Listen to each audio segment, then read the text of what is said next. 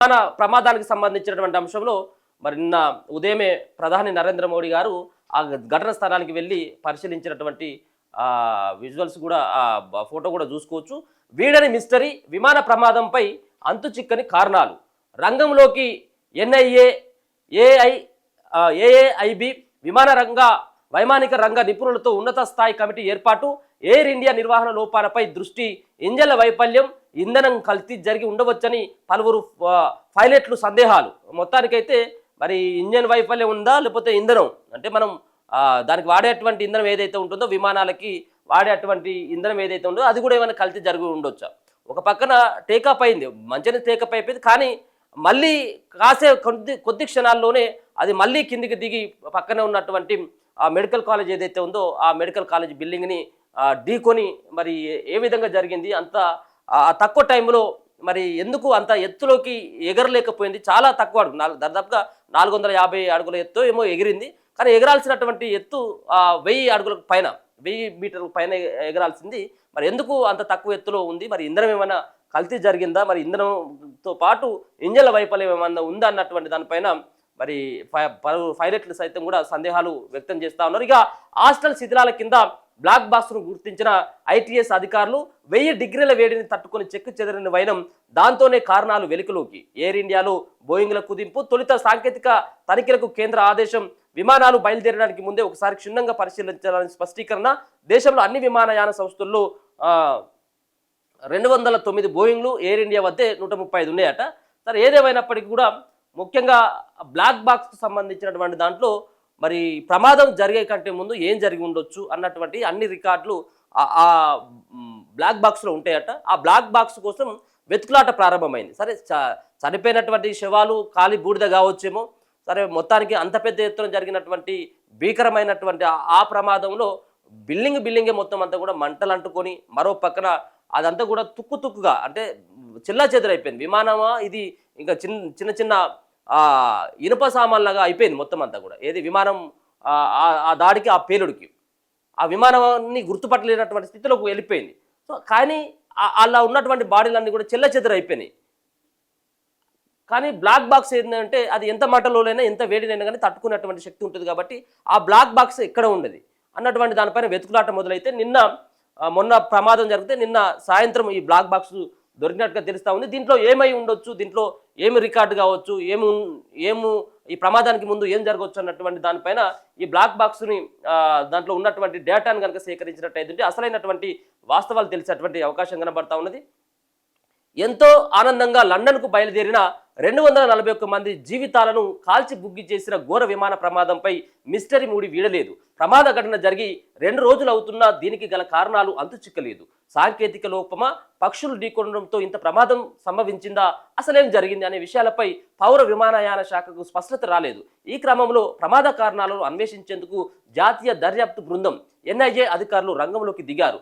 అదేవిధంగా పౌర విమానయాన సంస్థకే చెందిన air craft accident investigation team కూడా ఈ సంబంధించినటువంటి ఆపరేషన్లో పాల్గొనబోతా ఉంది. దీంట్లో జరిగినటువంటి ఏం జరిగి ఉండొచ్చు అన్నటువంటి దానిపైన ప్రత్యేకంగా వాళ్ళు నిపుణులు మరి విచారణ కూడా ప్రారంభించినట్టుగా తెలుస్తూ ఉంది. మరోవైపు కేంద్ర ప్రభుత్వం వైమానిక రంగ నిపుణులతో కూడిన ఉన్నత స్థాయి కమిటీని కూడా నియమించింది. ఈ కమిటీ అంతర్జాతీయ పౌర విమానయాన సంస్థ రూపొందించిన ప్రోటోకాల్ ప్రకారం విచారణ చేస్తుందని పౌర విమానయాన శాఖ మంత్రి కింజరావు రామ్మోహన్ నాయుడు తెలిపారు. ప్రమాదానికి గల కారణాలు అన్వేషించేందుకు అన్ని కోణాల్లోనూ విచారణ చేయనున్నట్టు చెప్పారు. అదేవిధంగా వైమానిక రంగం భద్రత, భవిష్యత్తులో ఇలాంటి ప్రమాదాల నుంచి ఎలా బయటపడాలనే అంశంపై కూడా ఉన్నత స్థాయి కమిటీ దృష్టి సారిస్తుందని వివరించారు. ఇదిలా ఉంటే కేంద్ర హోంమంత్రి అమిత్ షా అహ్మదాబాద్లోని సివిల్ ఆసుపత్రిని సందర్శించి చికిత్స పొందుతున్న బాధితులను పరామర్శించారు. వైద్యులతో మాట్లాడి వివరాలు కూడా తెలుసుకున్నారు. ఎన్ఐఏ సహా జాతీయ దర్యాప్తు బృందం, ఎన్ఐఏ అధికారులు సహా కేంద్ర ప్రభుత్వ పరిధిలో పనిచేసే ఇతర ఏజెన్సీలకు చెందిన అధికారులు కూడా అహ్మదాబాద్లో జరిగిన విమాన ప్రమాద స్థలాన్ని శుక్రవారం పరిశీలించారు. అయితే వారు ఏ అంశాలపై దృష్టి పెట్టారు, ఏ కోణంలో విచారణ చేపట్టారనే విషయాలను గోప్యంగా ఉంచారు. మరోవైపు ఈ ప్రమాదంలో 241 మంది ప్రాణాలు కోల్పోయారని ఎయిర్ ఇండియా ప్రకటించింది. మొత్తం విమానంలో ప్రయాణించిన వారిలో ఒకే ఒక్కరు మాత్రమే ప్రాణాలతో బయటపడ్డారని తెలిసింది. ఇక aircraft accident investigation bureau A AIB అధికారులు ఘటనా స్థానంలోని అణువణువు నిశితంగా పరిశీలించారు. అదేవిధంగా ప్రభుత్వం సహా ఎయిర్ ఇండియా అధికారులు విమాన ప్రమాద సమయంలో ఇంజిన్, ల్యాండింగ్ గేర్ పరిస్థితిపై ప్రత్యేకంగా విచారణ సాగిస్తున్నాయి. కుప్పకూలిన విమానం నిర్వహణ సమస్యలు సహా ఎయిర్ ఇండియా సంస్థ లొసుగులు ఇతర అనేక అంశాలపైన కూడా దృష్టి సారించారు. పైలట్లు ఏమంటున్నారంటే ఈ 2 వీడియోలను వీక్షించిన పైలట్లు ల్యాండింగ్ గేరుపై అనుమానాలు వ్యక్తం చేశారు. అదే సమయంలో ఇంజన్ల విఫలం, ఇంధనం కల్తీపై సందేహాలు వెలుబుచ్చారు. విమానం గగనతలం వైపు ఎగిరిన 5 సెకన్లలోనే సాధారణంగా పైలట్ ల్యాండింగ్ గేర్ను పైకి ఎత్తుతారని కెప్టెన్ అమిత్ సింగ్ చెప్పారు. గగనతలంలో సానుకూల ఎత్తుకు చేరుకున్న వెంటనే ల్యాండింగ్ గేర్ను సాధారణ స్థితికి తీసుకువస్తారని మాజీ కెప్టెన్ మనోజ్ అతి తెలిపారు. ల్యాండింగ్ గేర్ను వెనక్కి తీసుకోవడం వల్ల విమానం పైకి ఎగరడానికి సహాయపడే మృదువైన ఏరోడైనమిక్ ప్రవాహం ఏర్పడుతుందని వివరించారు. పైలట్లు పరధ్యానంలో ఉంటే ఒక్కొక్కసారి గేర్ ఆఫ్ చేయడం మర్చిపోవచ్చు. ప్రస్తుతం జరిగిన ఘటనలో 2 ఇంజన్లు విఫలమై ఉండాలి, లేదా పక్షులైన ఢీకొట్టి ఉండాలి, లేదా 2 జరిగి ఉండాలి. ఈ విమానం రన్వే చివరి వరకు వచ్చేసరికి శక్తిని కూడగట్టుకోలేకపోయినట్టు తెలుస్తుంది. వీడియోల ఆధారంగా బహుశా ఇంజన్లలో సమస్యలు వచ్చి ఉంటాయని కెప్టెన్ అమిత్ సింగ్ వివరించారు. వీడియోలను బట్టి చూస్తే విమానం వేగం కోల్పోయినట్టు స్పష్టంగా కనిపిస్తుంది. దీనికి ఇంజన్లు విఫలం కావడమే కారణం కావచ్చు. అంటే మనం ఏదైతే బండ్లు కానీ లేకపోతే కార్లు కానీ ఉంటే ఇంజన్ విఫలం అయిపోయినట్లయితే అది కొంచెం మూమెంట్ ఉంటుంది, తక్కువ ఉంటా ఉంటుంది. మనం ఎన్ని గేర్లు వేసినప్పటికీ 5 గేర్లు వేసినప్పుడు కూడా ఆ మూమెంట్ తక్కువనే ఉంటుంది, స్పీడ్ తక్కువనే ఉంటుంది. కాబట్టి ఒక పక్కన ఇంజన్లో లోపం ఉండడంతో మరొక పక్కన మనం బండ్లో పోల్చుకున్నటువంటి ఇంధనం సైతం కూడా, అంటే పెట్రోల్ డీజిల్లో పోల్చుకున్నటువంటి కల్తీ పెట్రోల్ అయినా కానీ బండి మూవ్ కాదు సరిగ్గా, అది కూడా ట్రబుల్. సేమ్ ఇటువంటి సంబంధించినటువంటి అంశాలనే ఇంధనంలో విమానాల్లో వాడేటువంటి ఇంధనం ఏదైతే ఉంటుందో ఆ ఇంధనం సైతం కూడా ఏమైనా కల్తీ జరిగి ఉండొచ్చు అన్నటువంటి అభిప్రాయాన్ని కూడా వాళ్ళు వ్యక్తం చేస్తారు. లేకపోతే ఇంజన్ కూడా ఫెయిల్ అయి ఉండొచ్చు, పైకి టేకప్ కాగానే ఇంజన్ కూడా విఫలమై ఉండొచ్చు అన్నటువంటి అభిప్రాయాలను సైతం కూడా గతంలో పైలట్లు ఎవరైతే విమానాలు నడిపినటువంటి అనుభవజ్ఞులు ఎవరైతే ఉన్నారో వాళ్ళు ఈ సంబంధించిన అంశాలు చెప్తా ఉన్నారు. లేకపోయినట్టు ఇది కాకపోయినట్టయితే ఏమైనా పక్షులు కూడా ఢీకొట్టి ఉండొచ్చు, దాంతో విమాన వేగం కూడా కోల్పోయినట్టుగా కూడా అర్థమవుతుంది అన్నటువంటి అంశాలను వాళ్ళు చెప్పినటువంటి చెప్తా ఉన్నారు. మరికొందరు అయితే సీనియర్ పైలట్లు కూడా ఇదే అభిప్రాయం కూడా వ్యక్తం చేస్తే ఇంజన్లు విఫలం కావడం లేదా ఇంధనం కల్తీ కావడం వల్ల ఈ ఘోరం సంభవించి ఉండొచ్చు అని పేర్కొన్నారు. అయితే గత 7 దశాబ్దాల కాలంలో జరిగిన 7 విమాన ప్రమాదాలను విశ్లేషిస్తే ఇంజన్లు విఫలం కావడం అనేది అత్యంత అరుదేనని తెలిపారు. అసలు ఇంజన్లు కూడా విఫలం కావట, విమానాలకు ఎప్పటికప్పుడు ఆ ఇంజన్లకు సంబంధించినటువంటి సమస్య పైన ఎప్పటికప్పుడు వాళ్ళు పరిశీలిస్తారు. కాబట్టి మరి 7 దశాబ్దాల కాలంలో మరి ఇప్పటి వరకు చాలా తక్కువ అట, ఇది అరుదట. మరోవైపు డీజీసీఏ ఇచ్చిన ప్రకటనలో 2 ఇంజన్లు విఫలమయ్యాయన్న సంకేతాలు కనిపిస్తున్నాయి. టేకప్ అయిన కొన్ని సెకండ్లలో మేడే కాల్ వచ్చిందని, నిర్ణీత వేగాన్ని అందుకున్నాక ఇంజన్లలో సమస్య వచ్చి ఉంటుందని వాళ్ళు పేర్కొనడం జరిగింది. పాపం ఇగో బ్లాక్ బాక్స్, ఇది బ్లాక్ బాక్స్ దొరికింది నిన్న. ఈ బ్లాక్ బాక్స్లో మరి ఏముంటుంది? విమాన ప్రమాద కారణాలు వెలుగులోకి వచ్చేటువంటి అవకాశం ఉంటుందంటే ఈ బ్లాక్ బాక్స్ ద్వారా. అహ్మదాబాద్లో జరిగిన ఘోర విమాన ప్రమాదం ఎలా జరిగింది, దీనికి కారణాలేంటి, సాంకేతిక వైఫల్యమా, పక్షులు ఢీకున్నాయా వంటి అనేక ప్రశ్నలకు సమాధానం చూపే కీలకమైన బ్లాక్ బాక్స్ ఎట్టకేలకు లభించింది. నారింజ రంగులో దీర్ఘ చతురస్రాకారంలో ఉండే బ్లాక్ బాక్స్ ద్వారా విమాన ప్రమాదాలకు సంబంధించిన కీలక విషయాలు తెలుస్తాయి. ఏ నిమిషానికి ఏం జరిగిందో దీనిలో నిక్షిప్తమవుతుంది. విచారణ అధికారులకు ఇది అత్యంత కీలకం. అహ్మదాబాద్లో జరిగిన AI-171 విమాన ప్రమాదం తర్వాత అందరి దృష్టి బ్లాక్ బాక్స్ పై పడింది. దీనికోసం అధికారులు తీవ్రంగా గాలించారు. శుక్రవారం వైద్య విద్యార్థుల హాస్టల్ శిథిలాల్లో పైకప్పు కింద బ్లాక్ బాక్స్ను గుజరాత్ యాంటీ టెర్రరిజం స్క్వాడ్ అధికారులు గుర్తించారు. ఈ విమానంలో 2 బ్లాక్ బాక్సులు ఉన్నాయి. వీటిలో ఒకటి డిజిటల్ వీడియో రికార్డర్ DVR దొరికిందని డీజీసీఏ అధికార వర్గాలు తెలిపాయి. దీనిలో రికార్డ్ అయిన సంభాషణలు విశ్లేషించనున్నట్లు పేర్కొన్నాయి. అంటే బ్లాక్ బాక్స్ ద్వారా మనం విమాన ప్రమాదానికి ముందు విమానంలో కూర్చున్నప్పుడు మనం ఏమేమైతే మాట్లాడుకుంటామో మొత్తం అన్ని కూడా ఈ బ్లాక్ బాక్స్లో అవి రికార్డ్ అవుతాయి. ఇవి ఎందుకంటే ఒకవేళ కనుక విమాన ప్రమాదాలు ఏమైనా జరిగినప్పుడు అది, ఎందుకంటే అందులో ఉన్నటువంటి అందరు చచ్చిపోయిన తర్వాత అసలు ఆ ప్రమాదానికి కారణాలు ఏంటిది, విమానంలో ఉన్నటువంటి పైలట్ ఏం చెప్తా ఉన్నాడు, అలాగే కో పైలట్ ఏం చెప్తా ఉన్నారు, దానికంటే ముందు ఏమైనా ఆ ప్రయాణికులకు ఏమైనా అలర్ట్ ఇవ్వడం జరిగిందా, లేకపోతే సంబంధించినటువంటి విమానయాన సంస్థలకి సంబంధించినటువంటి ఏమైనా ఎయిర్పోర్ట్ అధికారులకు సైతం కూడా ఏమైనా సమాచారం ఇచ్చిందా, వాళ్ళు ప్రమాదంలో ఉన్నట్టుగా వాళ్ళు ఏమైనా ముందస్తుగా హెచ్చరించేటువంటి ప్రయత్నమో ముందస్తుగా సూచించేటువంటి ప్రయత్నం ఏమైనా చేసింది అనేది ఈ బ్లాక్ బాక్స్ ద్వారా దొరికేటువంటి అవకాశం ఉంటుంది. దాంట్లో ఉన్నటువంటి రికార్డులు కానీ సంభాషణలను కూడా విశ్లేషించినట్టు కూడా పేర్కొన్నాయి. విమానం టేకప్ అయిన కొన్ని క్షణాల్లోనే మేడెక్కాల వ్యవహారం వెలుగు చూడడంతో దానిపై దృష్టి సారించనున్నారు.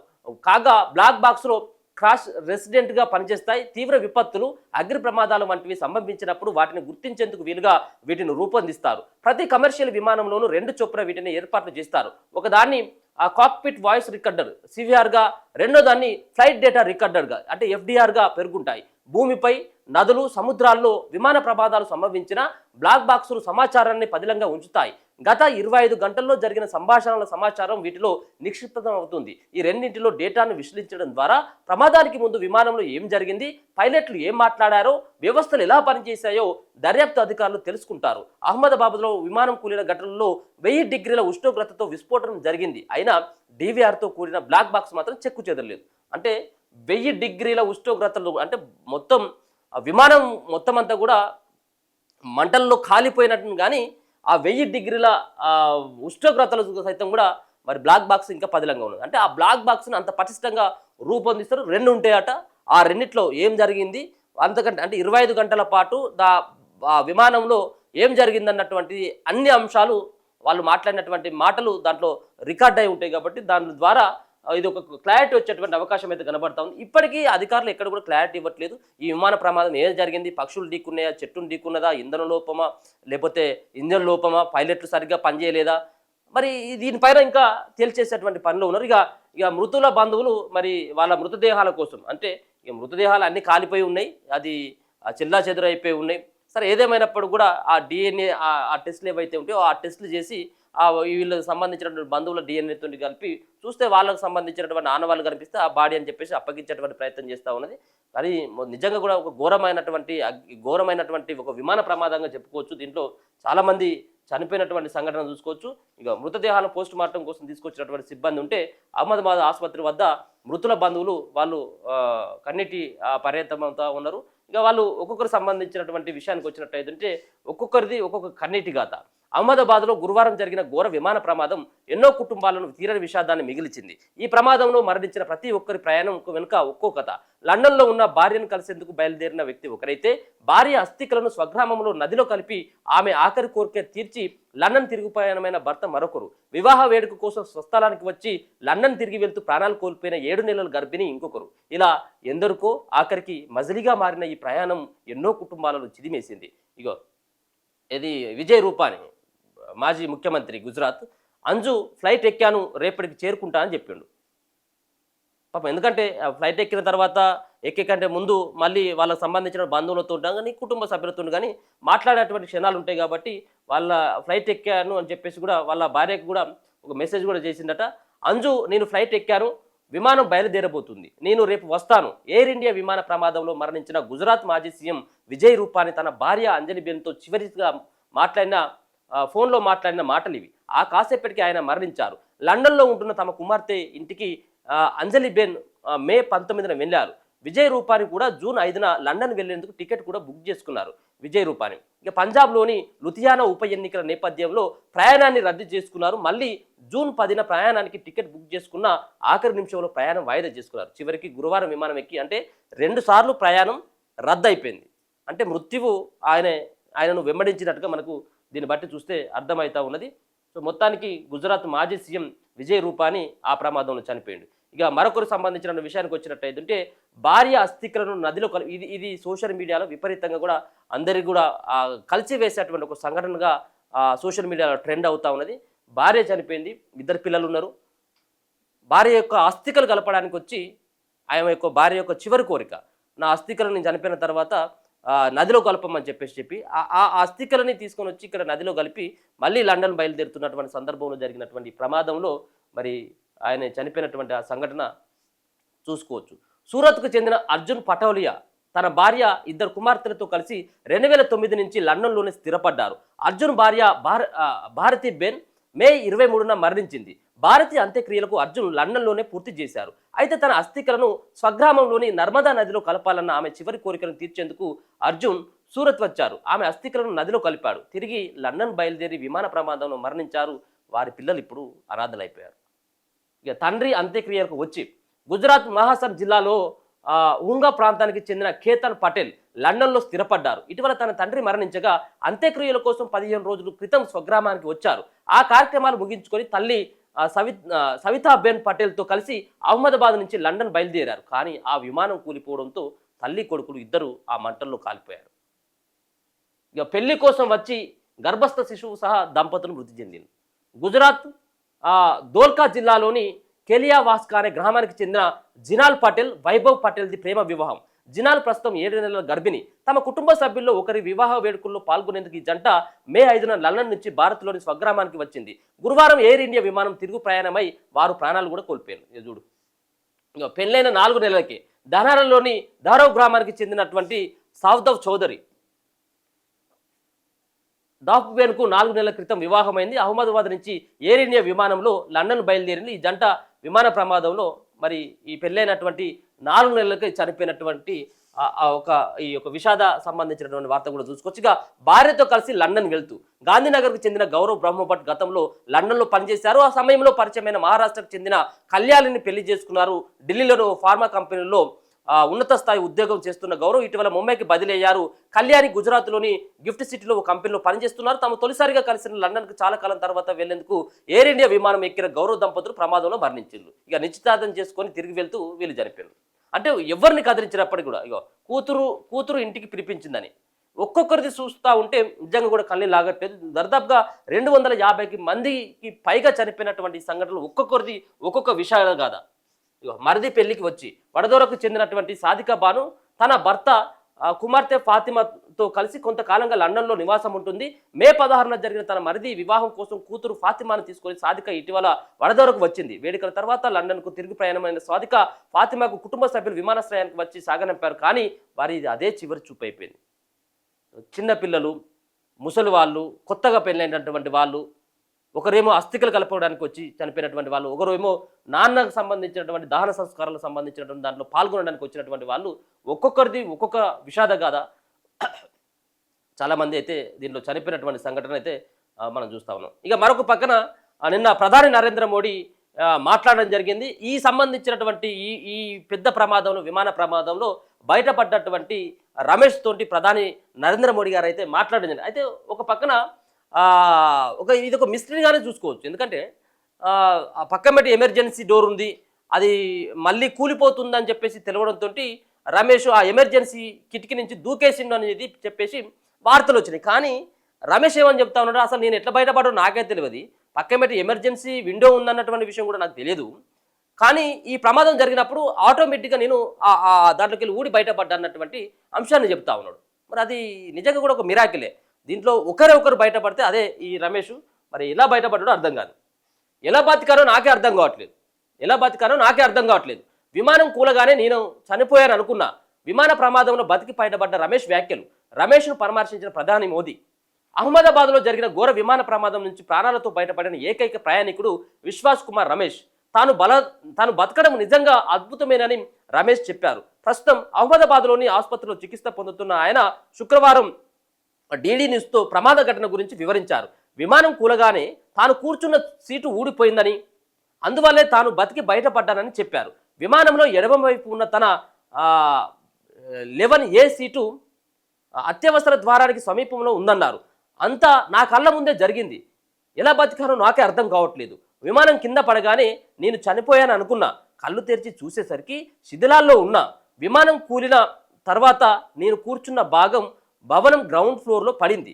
విమానం డోర్ విరిగిపోయి ఉంది. నా సీటు విరిగిపోయి ఎగిరిపడ్డా. వెంటనే లేచి శిథిలాల నుంచి నడుచుకుంటూ బయటికి వచ్చా. విమానం కుడివైపు భాగంలో ఉన్న వారికి పక్కనే గోడ ఉండడంతో బయటపడే మార్గం లేకపోయింది. ఎడమ వైపు మాత్రం కొంత ఖాళీ ప్రదేశం ఉండడంతో నేను బయట పడగలిగా. నేను బతికానంటే ఇప్పటికీ నమ్మలేకపోతున్నా. నా కళ్ళ ముందే ప్రయాణికులు ప్రాణాలు వదిలారు. శిథిలాల నుంచి బయటకు వచ్చేటప్పుడు మంటల దాటికి నా ఎడమ చేతికి గాయమైంది అని రమేష్ తెలిపారు. ఈ ప్రమాదంలో ఆయన శరీరంపై పలుచోట్ల గాయాలయ్యాయి. అహ్మదాబాద్ సివిల్ ఆసుపత్రిలో చికిత్స పొందుతున్న రమేష్ను శుక్రవారం ప్రధాని మోదీ పరామర్శించారు. ఆయనకు ప్రాణాపాయం లేదని వైద్యులు తెలిపారు. కాగా బ్రిటన్లో నివాసం ఉంటున్న రమేష్ గుజరాత్లోని తన కుటుంబాన్ని కలిసేందుకు వచ్చారు. తిరుగు ప్రయాణంలో ఈ ప్రమాదం జరిగింది. ఆయన ప్రాణాలతో బయటపడడాన్ని ఊహకందని అద్భుతంగానే భావిస్తున్నారు. ఎయిర్ ఇండియా విమానంలో 11A సీట్లో రమేష్ కూర్చున్నారు. ఈ సీటు అత్యవసర ద్వారాల్లో ఒకదానికి దగ్గరలో ఉండడం కూడా రమేష్ ఈ ప్రమాదం నుంచి బయటపడడానికి కారణమే ఉంటుందని భావిస్తున్నారు. సీట్ మ్యాప్ ప్రకారం బోయింగ్ 787 విమానాల్లో ఎకనామీ క్లాసులో మొదటి వరుసలో ఉన్న 6 సీట్లలో 11A1 అత్యవసరంగా బయటికి వెళ్లే మార్గాల్లో ఒకదానికి దగ్గరలో ఉన్న కిటికీకి సీట్ ఇది కాగా ప్రస్తుతం ఎయిర్ ఇండియా వద్ద 27 బోయింగ్ 787 డ్రీమ్ లైనర్ విమానాలు ఉన్నాయి. రానున్న రోజుల్లో విమానాలన్నింటినీ భద్రతా పరీక్షలకు పంపేటువంటి అవకాశాలు అయితే కనబడతా ఉన్నాయి. సో ముఖ్యంగా మనం నమ్మడం కాదు, మనం ఆయన బతికి ఎలా బయటపడ్డాడు అనేది మనకు నమ్మశక్యం లేదు. ఆ బయటపడ్డటువంటి వ్యక్తికి కూడా అసలు నేను ఎట్లా బయటపడ్డాను, అంతమంది చనిపోయిన తర్వాత అంటే దరిదాపుగా విమానంలో ప్రయాణిస్తున్నటువంటి 241 మంది మొత్తం ఖాళీ బూడిదైనా కానీ ఒకరే ఒకరు బయటపడడం అనేది అది నిజంగా కూడా మిరాకిల్. అది దాని పట్ల ఆయన కూడా ఇంకా నమ్మలేకపోతా ఉన్నాడు.